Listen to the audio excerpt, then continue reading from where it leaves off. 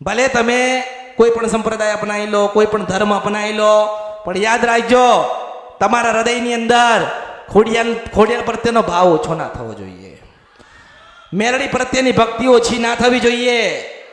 જે મંદિરે જવું હોય જજો, જે સંપ્રદાયમાં જવું હોય જજો, પણ કોઈ દાડો તમારી કુળદેવીનો તિરસ્કાર ના કરતા, આઠમ ના ભૂલી જતા, ભક્તિ ના છૂટી જાય.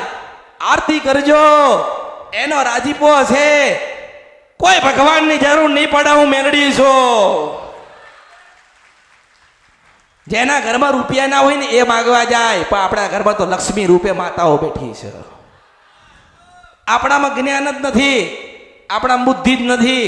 જ્યાં દોરો ને ત્યાં જાય, જ્યાં સારું જોવો ને માણસ ત્યાં જાય, ક્યાંય નથી જવાનું. આપણે આપણી માના પાસે તો જાઓ, માની ભક્તિ તો કરો. મારે તો જે તમે તમારી માથી અલગ પડી ગયા ને, મારે એનો જ ભેટો તમને કરાવો છે.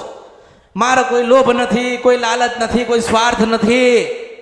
તમારી પાસે હું એક પણ રૂપિયાની આશા મેળડી રાખતી નથી. કોઈ એવું વિચારવાનું નહીં કે માતાજી મને ક્યારે મળશે. જો તમારા નસીબમાં હું લખી હશો કે ના લખેલી હોય, તમારો ભાવ મારા પ્રત્યે હશે, આજે તમને કહીને મોકલીશું, મેળડીશું. એટલે પહેલી તો કુળદેવી કોણ આવા? કુળની દેવી ભગવાન પાછળ છે. પ્રધાન માતા હોય તો એનું નામ પરમ શક્તિ આપણા ઘરે બેહેલી કુળદેવી.